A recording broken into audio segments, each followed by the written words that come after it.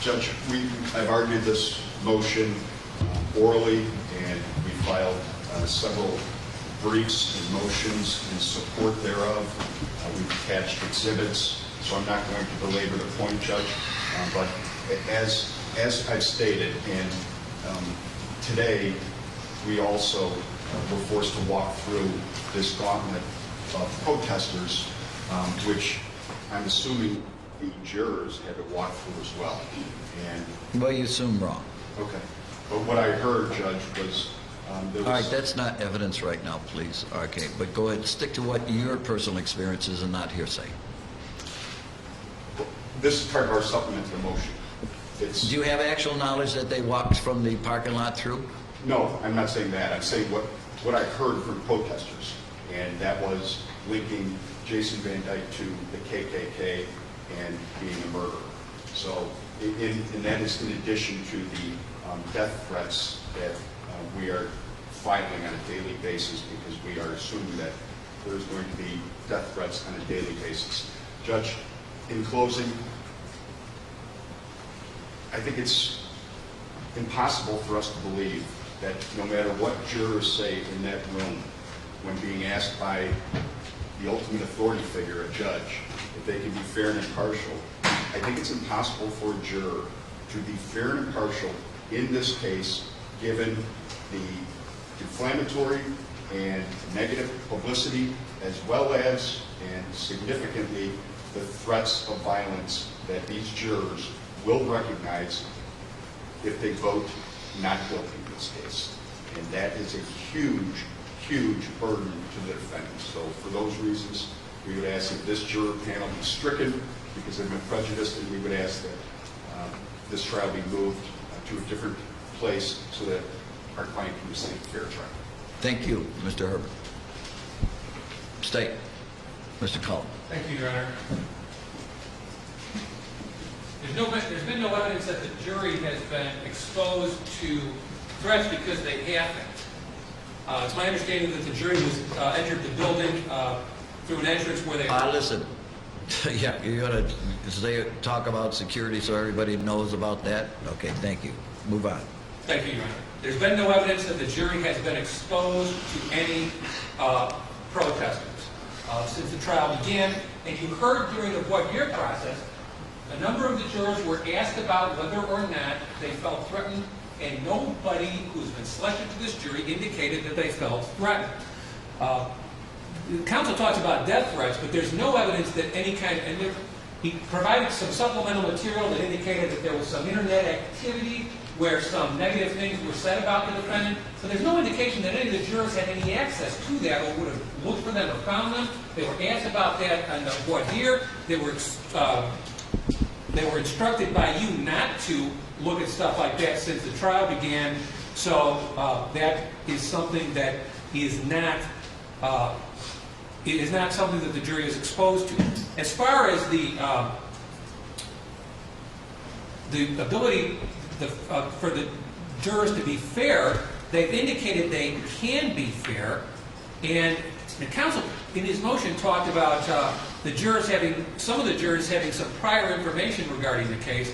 And you know, there's a statute that is specifically on point which addresses this, and that's 705 ILCS 305/14, which talks about challenges for cause, and it specifically says, in the trial of any criminal case, the fact that a person called as a juror has formed an opinion or impression based upon rumor or newspaper statements about the truth which he has expressed no opinion shall not disqualify him to serve as a juror in such case if he shall upon oath state that he believes he can fairly and impartially render a verdict therein in accordance with the law and the evidence, and the court shall be satisfied of the truth of such statement. And Your Honor, since you were satisfied with the truth of those statements, the law has been complied with. And that's not just the statute. We provided the case of People v. Shelley, and People v. Shelley quotes Supreme Court cases, and the courts have held, the Supreme Court of Illinois has held, there is no requirement that jurors be ignorant of the facts, and exposure to pretrial publicity alone does not demonstrate prejudice. However, a juror must be able to set aside opinions and decide the case solely on the evidence presented in court. And that's People v. Kirchner, an Illinois Supreme Court case, cited at 194 Illinois 2nd, 523. And, Your Honor, the jury has been correctly selected in this case, and the defendant's motion should be denied. Thank you. Mr. Herbert. Just briefly, Judge. Your Honor's been doing this a long time. Quite frankly, I don't know how anyone can argue that the jurors have not been keened. I understand the state's position, but the goal here is to give Mr. Van Dyke a fair trial. And the way that we can ensure that is we can move it to a different county. We can bring in jurors from a different county. The state has a responsibility to also ensure that my client receives a fair trial. It's not being done here, Judge. And none of us live in a vacuum. We've lived this case for the last 3 years. And to conclude that these individuals who come in to this case knowing about it, we know that, to infer that they will not in the slightest way be influenced by the threats of violence if there's a not guilty verdict. To assume that, I think, would be naive. And I think the remedy here, and I don't know the cost behind it, but quite frankly, we don't care. It's a simple solution, we believe, and it's not going to be given with this jury panel. Thank you. Thank you. The criteria is, can the jury fairly and impartially judge the evidence and judge the accused in this case? We've had an extensive examination of the jury. We've had jury questionnaires, more than 40 pages. Hold on a minute.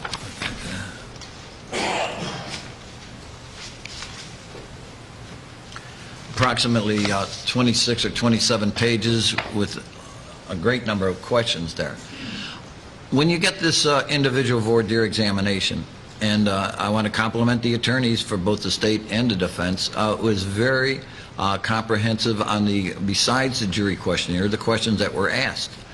These jurors swore that they would be fair and impartial. I think we go back to the Watergate trial, where the criteria was if a juror knew something about the facts, that person was a potential juror, that person was disqualified. In this day and age, with social media, with the advancement in technology, we can't keep information from people. The state statute, as quoted by the state, states that just because they know something or has an opinion, that would not disqualify them. And there was extensive cross-examination on question number 87. So my findings are that this is a fair jury. The motion to discharge the panel is denied. Now, we also have a motion for change of venue. Is that correct? Yes, sir. All right, Mr. Herbert.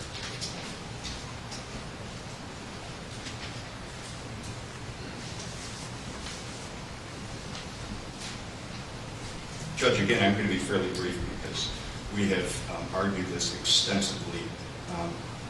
We have 4 filings on this, and I know it's in excess of 1,000 pages. And you presented an expert. Yes. So I will speak to this jury panel, and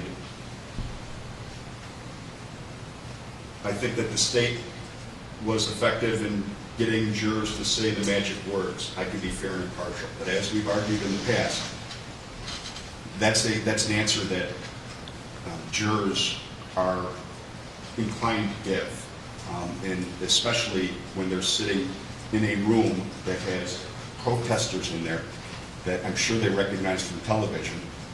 They have a judge in front of them in a robe. They're there by themselves, court reporter. It's a very unnerving experience for anyone, let alone somebody that is not familiar with the process. So those jurors gave that answer, but I would suggest it is not the right answer. It's not the truthful answer. I'm not calling them liars, but it's simply very hard for individuals to say that they can't be fair. That goes to a fundamental trait of an individual, and it's very hard. It's very difficult for an individual to admit that they have a trait where they can't be fair. And just finally, 8 out of the 12 jurors that had been selected here thought that the petitioner was guilty, or I'm sorry, that the defendant was guilty. They came in with predisposed determinations that the defendant was guilty. Now, yes, were they rehabilitated and said, well, can you be fair and impartial? Yes, but again, for the same reasons I argue.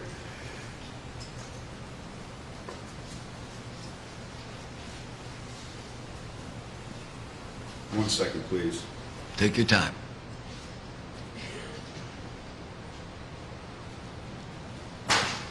One juror said that it would take evidence to overcome their belief that the defendant was guilty, shifting the burden to the defendant, which, as the court knows, has no burden here. One juror said, could not give the defendant the benefit of the doubt that he is innocent. Predisposed, Judge.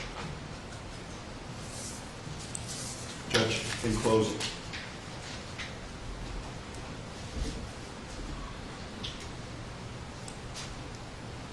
This entire case has been an uphill battle for the defendant. Because of the negative publicity, because of the fear from everyone, the courts, politicians, the effect that this case has had cannot be understated. Judge, for all the reasons that we've mentioned, Jason Van Dyke is entitled to a fair trial. And in this case, there is no chance that Jason Van Dyke will have this presumption of innocence. He is already, to utilize the court's starting line example, he is probably 20 yards behind the starting line. And that's not fair. And the solution here is simple. I don't know why anyone is actually arguing that this case should not be moved. It defies logic. State. Thank you, Your Honor. You know, there's one fundamental reason why the state is arguing that the case should not be moved, and that is, in the United States of America, a defendant has a right to a public trial. And you know, it's not just the defendant who has a right to a public trial, it is the public has a right to a public trial. That's a fundamental right. And the public in Cook County and the city of Chicago have a significant interest in this case, as they do in all cases, and they have a right, the public has a right to this trial, and they have a right to the trial here in Cook County in their community. Unless it would be unfair. Now, the defendant says that there is this pervasive fear within the community that would make this trial unfair. And the court has talked about the scientific method and testing that hypothesis, because you've heard so much from the defense attorneys about this fear, this specter of fear. Well, we heard all about that. The court brought in 200 prospective jurors and examined them, and it was wondering, could we do this with 200 jurors? Well, Your Honor, we examined 54 jurors, and of that quarter of the 200 that were sampled, there wasn't that much fear. There wasn't that much, there was knowledge about the case. There was no individual that were afraid. There was no individual that came in here and said, I would be afraid if I rendered a verdict. Now, specifically, the defendant talked about, well, first of all, he talked about this idea that we cannot trust jurors, that we should expect that when a juror puts up his or her right hand and swears to you that he or she will tell the truth, that when you examine him, the defendant says that we should not trust that person, and then we should believe that that person is going to lie to you. Well, Your Honor, that's an idea that was presented by the court, by the defendant, but that is an idea that has been specifically rejected by the Supreme Court of this state. There's the famous case of People versus Ilgen, and I'll paraphrase because I don't have it in front of me, but when the Supreme Court of Illinois said that faith in a properly impaneled jury to follow the law is the cornerstone of our criminal justice system. That is the well-established law as recognized by the Supreme Court of the United States, and it should not be ignored by you, and of course you won't ignore it. Now, the defendant talked about a couple of different jurors, and in our brief, we had an extensive brief, we talked about all the different jurors, and I'm not going to go into that, but he talked about two in his argument that he believes were improperly impaneled. One, he claimed the juror shifted the burden. Well, Your Honor, a lot of the burden shifting that went on back in the courtroom was due to leading questions by the defendant. The court correctly redirected the jurors, and each of the jurors said that, in fact, they specifically said that they understood and accepted the burden of proof in this case. And the defense attorney says that one of the jurors was predisposed. Well, every single juror said that they did have an opinion, that they would listen to the evidence and they would decide the case on the evidence. But he specifically talked about two jurors that he didn't like.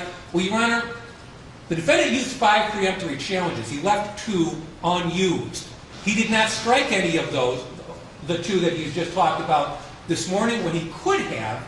And I would suggest to you that, first of all, he's waived that claim.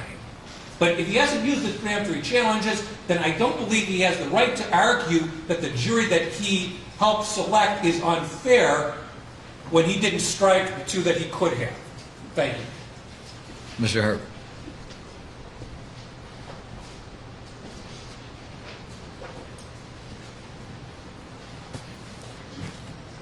Judge, you see how passionate the state is about you denying this motion. Is their passion because they want a fair trial for Jason Van Dyke? Absolutely not. Their passion is because they know that we, as a defendant with this jury, would have to prove our innocence. And they want to win. They want a victory. They want a notch in the belt. And that's why they're fighting it. And we know that, Judge. Nobody can dispute that. The presumption of innocence is the bedrock of our criminal justice system, Judge. We cannot trust that jurors in this case, given the publicity, will be able to put aside their opinions in this case. And also, Judge, this publicity, it didn't end when they walked into that voir dire examination. It's going to continue. And it's going to continue every single day. And I understand that jurors are instructed about watching media and being exposed to it. But, Judge, as you mentioned earlier in striking our panel, in today's day and age, to assume that a juror would not be exposed to the daily protest, the threats for violence if there's a not guilty, is simply inexplainable. It's simply impossible. Finally, I think there was something very telling in the state's argument when they talked about how the defendant's entitled to a jury and is entitled to a public trial, and the people of Cook County are entitled to a trial with Jason Van Dyke. This is like Pontius Pilate sacrificing individuals to the angry mob. That's essentially what they're calling for. They're saying that because Cook County is so angry, we need to give Cook County jurors the head on the platter. For all the reasons I've expressed, Judge, I can't believe we're even arguing this. All right, sit down, please. Thank you. Obvious. We've had presentation, numerous arguments throughout the, starting in January, about inquiring about the change of venue motion. We've had expert testimony for both the defense and prosecution. The experts came up with the conclusions. One, that on part of the defense, that this trial had to be transferred, and the prosecution out of Cook County, and the prosecution came up with an expert witness that said it did not. The scientific method is observation, experimentation, and conclusion. then there's another side to it. Once you reach that conclusion, the conclusion has to be tested. That's what voir dire examination did. The expert from California didn't know Illinois law that well. He suggested that they're called Zare questions, that they be asked after the jury was impaneled. Then if you struck all the members of the jury because they did not accept and understand those questions, then we'd have a double jeopardy problem. So his expertise was waning a little bit concerning Illinois law. The next thing what we have to look at is these wonderful people came in. It's not an easy thing to come in and be sworn. They have to, it's a little invasion, more than a little, but it's it goes right into the privacy of our citizens of Cook County. With all these questions that they had answers to, go into a room and be examined by both the defense and prosecution and also myself. These jurors were also asked individually, do you understand that the presumption of innocence is such that Mr. Van Dyke does not have to present any evidence on his own behalf? That question was asked. And then do you understand that he does not have to prove his innocence? That question was asked. Then I asked, do you accept and understand those two propositions? And they answered yes. They're under oath. You know, it's just to say that they're reluctant or anything. I believe these people. I've had past experience with high-profile cases, and I've had faith in the citizens of Cook County. Your motion for change of venue is denied. All right, then the defense has filed a supplemental motion in limine. Is that correct?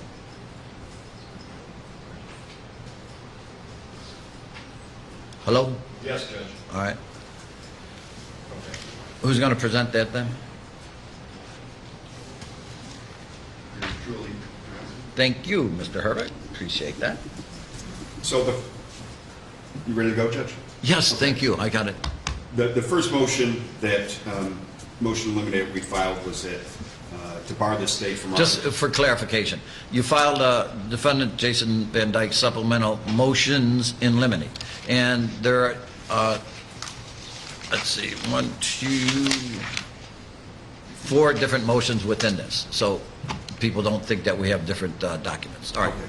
Do you want me to argue all 4 or just do one? No, let's do, you know, the best thing is one at a time and let the state respond. So Okay. we have time. Judge, with respect to the first one, that's a motion to bar the state from arguing that firing a weapon is evidence of intent to cause death or great bodily harm.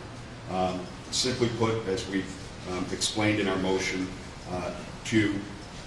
that would eliminate a burden that the state has for proving all of the elements. One of the elements in first-degree murder, obviously, is that they fired a weapon with the intent to cause death or great bodily harm. They can attempt to prove that, but they cannot argue that it's not an element that needs to be proved. Thank you. Ms. Gleason. Thank you, Judge. In response to that particular issue, Your Honor, the defendant is incorrect, Judge, and I know that we had filed our response. In our response, we laid out several cases which indicates that, in fact, the very fact that firing of a gun at a person supports the conclusion that the person doing so acted with an intent to kill. And there are other cases that we included. In addition, Judge, we believe that the court at the end of this case will give to the jury IPI 24-25.15. That IPI reads, force which is likely to cause death or great bodily harm includes the firing of a firearm in the direction of a person to be arrested, even though no intent exists to kill or inflict great bodily harm. So, Judge, the state certainly should be in a position to argue that when the defendant fired his firearm, he certainly had the intent to cause death or great bodily harm, and quite frankly, I don't get their argument that we should not be able to make that argument. Thank you. Mr. Herbert. Judge, all the cases that were cited by the state, those are cases regarding civilians. In this case, they chose to charge Mr. Van Dyke with first-degree murder. As the court knows, police officer, anyone can use force to defend themselves, any person sitting in this room. But a police officer can use force in addition to those circumstances. They can use force to stop a fleeing arrestee in certain situations. And to date, the state has not explained how those situations don't exonerate Mr. Van Dyke. We need a jury to do that, unfortunately. But, Judge,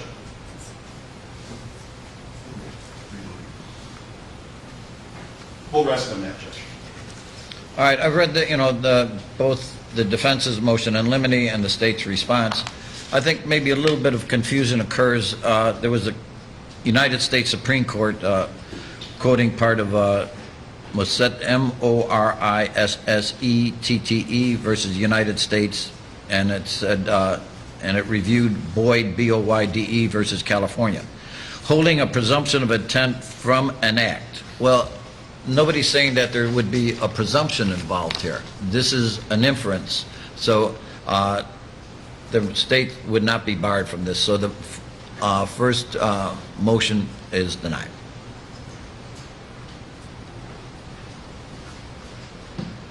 All right, second.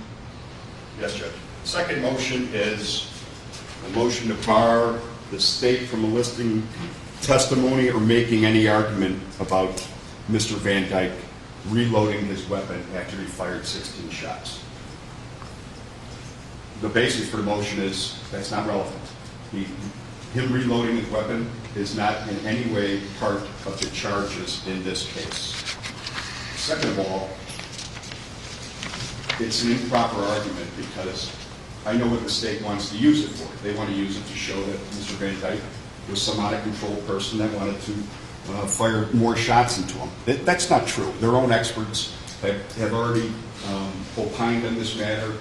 It's clear police officers are trained that when their weapon goes in a slide lock, when they finish firing all their bullets, they are trained to reload that weapon immediately. That's what all the evidence is going to show. So to argue and somehow infer that Mr. Van Dyke's conduct was not in conformance and more prejudicial was evidence of some psychotic mind, it's completely irrelevant and would be very prejudicial. And the state knows that the inference is wrong. Ms. Gleason. Judge, in response to that particular argument, the evidence is going to come out in this particular case that the defendant's partner, Officer Walsh, is the one who stopped the defendant from reloading his gun. Judge, the reloading of the gun goes to his intent to continue to shoot Luquan McDonald. The state's argument, obviously, is the defendant was not justified from the very first shot through those 16. So the fact that he's going to continue to shoot Luquan McDonald will certainly go to intent and will be a fact for the jury to make an opinion on. Whether or not the defense wants to argue, Judge, that's just how they're trained. Well, he can press the experts or people who take the stand about whether or not officers are trained to do that. But it certainly goes to his intent that he was not done firing at Luquan McDonald after that 16th shot. I haven't heard the evidence on this. How long after the firing did the attempted reload or reloading take place? It's immediate, Judge. All right, thank you. All right, defense. Judge, if you listen to the state's argument and believe it, they're saying that Mr. Van Dyke's reloading of the weapon is improper. Well, then they should have charged him with attempt murder or official misconduct regarding that reloading. They didn't. They charged him with first-degree murder. That's the crime here. They filed the charges. They should be allowed to unfairly prejudice Mr. Van Dyke with an inference that they know is false. But a civilian, they're not going to recognize that. I mean, I talk to people in this case, and they tell me, well, boy, he reloaded. That's bad. No, that's what he's supposed to do. But for them, knowing that it's a inflammatory inference, and knowing that him reloading is not proof whatsoever of him having a desire to continue shooting upon McDonald, would be in bad faith to allow them to argue that. Thank you. You have pled the affirmative defense of self-defense, so it's not unreasonable to think that the defense will put on some evidence. Here you just countered the argument that the state might use about reloading. The fact that Ms. Gleason said that this was almost immediate after the firing had stopped, that the process took place, it's contemporaneous with the shooting, so that motion is denied. All right, so we're going on to 3. Number 3, Judge, this is a motion to bar the state from entering into evidence or arguing that other officers did not shoot in this case. Certainly that can come out, I guess, if a witness were to take the stand and they asked if they didn't shoot, but to make arguments, which they're going to do, we know that. They're going to make this improper argument that... Well, let me put your mind at ease. If there's no evidence that other people didn't shoot, they're not going to argue at my courtroom. But go on. Well, they're calling some police officer witnesses, so I would imagine they will try to ask the question. We would ask that it be barred because it's not relevant, but if they ask the police officer if they shot, they're obviously going to, and we know, as we sit here today, that nobody else shot other than my client. Those facts are irrelevant because not a single police officer was in the position of my client at the time he fired. The closest one was Joe Walsh, and as the evidence will show, Joe Walsh was going to shoot, but Jason Van Dyke was in his line of fire. So the only person that was even close to the position of Mr. Van Dyke was going to shoot. To argue that these other police officers didn't shoot, they're going to use it to infer to the jury that, well, these are reasonable police officers and they didn't shoot, so you have to find Mr. Van Dyke to be an unreasonable police officer because he did shoot. They know, they're experts opined in this very matter. The fact that other officers didn't shoot is completely irrelevant to this scenario. State. Judge, the state would disagree with Mr. Herbert that it's completely irrelevant. We certainly intend to ask other officers to take the stand whether or not, why they didn't shoot. Now, I agree with Mr. Herbert. The jury's going to look at this from what was in the defendant's mind, but certainly what other reasonable police officers were doing at that time is what will be part of the issue in this case. Whether or not the defendant's actions were necessary that night to do what he did when he killed Laquan McDonald is the very heart of this case. And the evidence of what other police officers who were standing 2 feet from him, 10 feet from him, close to him, what they did certainly is relevant. And so we're not going to ask, Judge, because you've already ruled on whether or not they can give an opinion on whether the shoot was justified, but what they did that night is certainly the evidence. And trying to bar the jury from even hearing that, Judge, is only presenting part of what happened that night. So certainly the state intends to ask those officers why they did not fire their firearms, or even take them from a holster. Mr. Herbert. I'll rest on my previous argument. Thank you. That motion in limine is also denied. All right, Mr. Herbert. Judge, the final motion in this motion to eliminate is a motion to bar the state from eliciting any testimony that when shooting at a fleeing felon, the shooting must be a last resort. The reason that I filed this motion is in reviewing some of the expert material.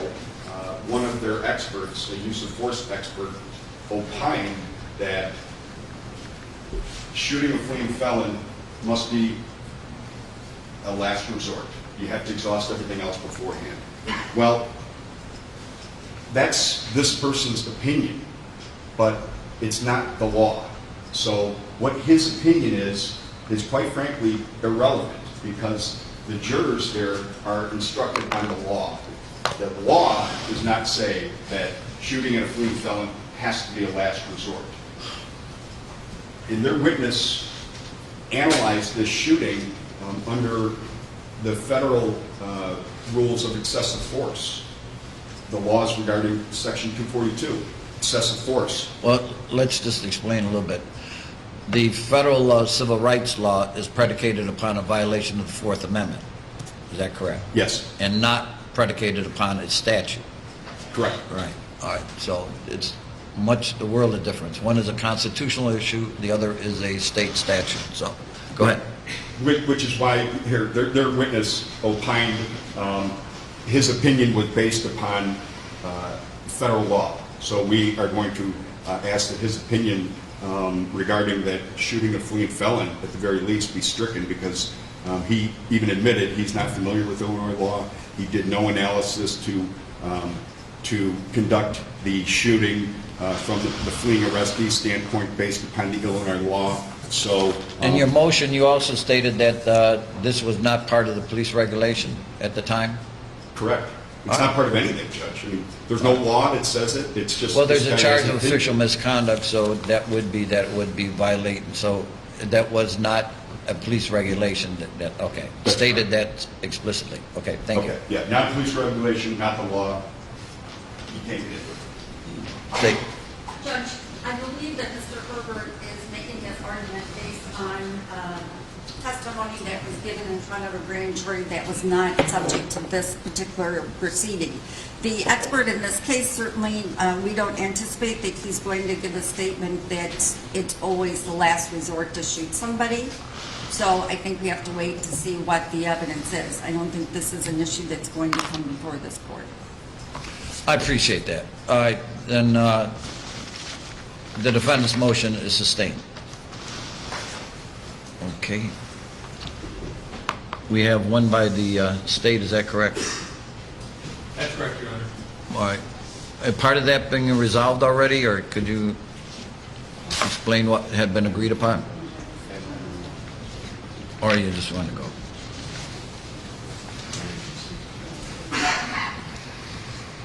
I believe that the part that had been agreed upon was the defendant's second motion eliminated that they filed. That's what we had agreed upon. Well, you state there was a motion eliminating concerning lynch material, right? Yes, Your Honor. And that was filed by the state. Correct, Judge. So what does that got to do with their motions? All right, come on.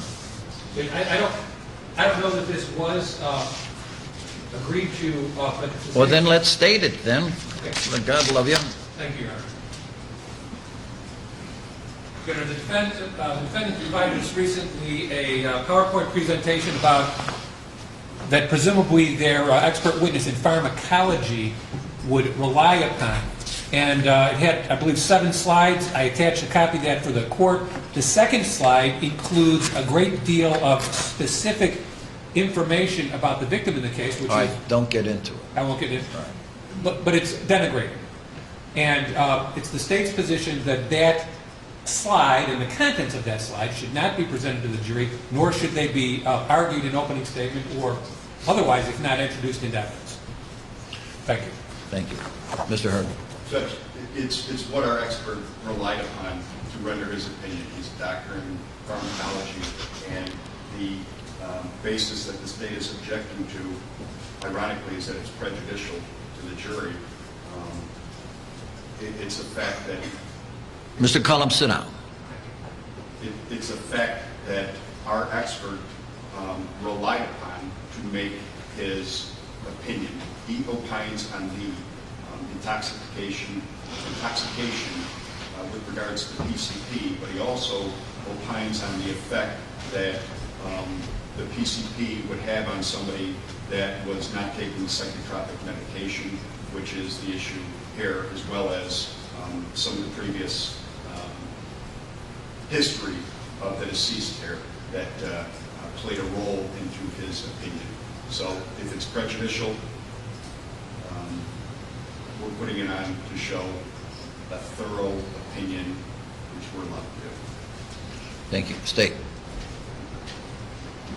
Your Honor, we're arguing that it is prejudicial and improper because it is really simply a method of, again, denigrating the victim without any legitimate purpose. It's not relevant we don't have any objection to the expert rendering his opinion about the effects of PCP, or even arguing or opining that PCP will have negative effects on male individuals more than females, or on a person not taking his medication. But the specifics of the background of the victim is simply not something that should be presented to the jury.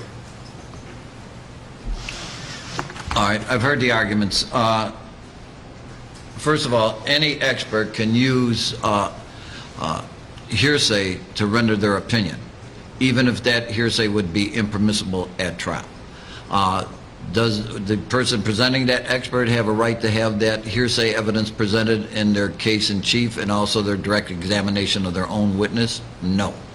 Our Supreme Court said that an expert can give his opinion without laying the foundational facts. But, and then certainly the cross-examiner has the duty to bring out the insufficiency of those facts, or the lack of knowledge that the expert has, or the weakness of that testimony. Here, these other things, the doctor would have no personal knowledge of any of these events that happened with Laquan McDonald, so he's not going to be able to testify indirect. If the prosecution wants to cross-examine him on it, that's their prerogative. But certainly the doctor is going to be able to testify to the effects of different type of drugs that he has expertise in, and also the side effects of those drugs. So the state's motion is sustained. All right, are we done? I believe so. Okay. All right. Let's see. Our jurors have a new nomenclature, so we have a new numbering system from. The jurors will be numbered from 240 to 257. So we're going to have a short recess at the. Okay, we'll have a 15-minute recess, and then we'll begin opening statements. Can we get another chair for the alternate? Yeah, look at how narrow that thing is. Thanks.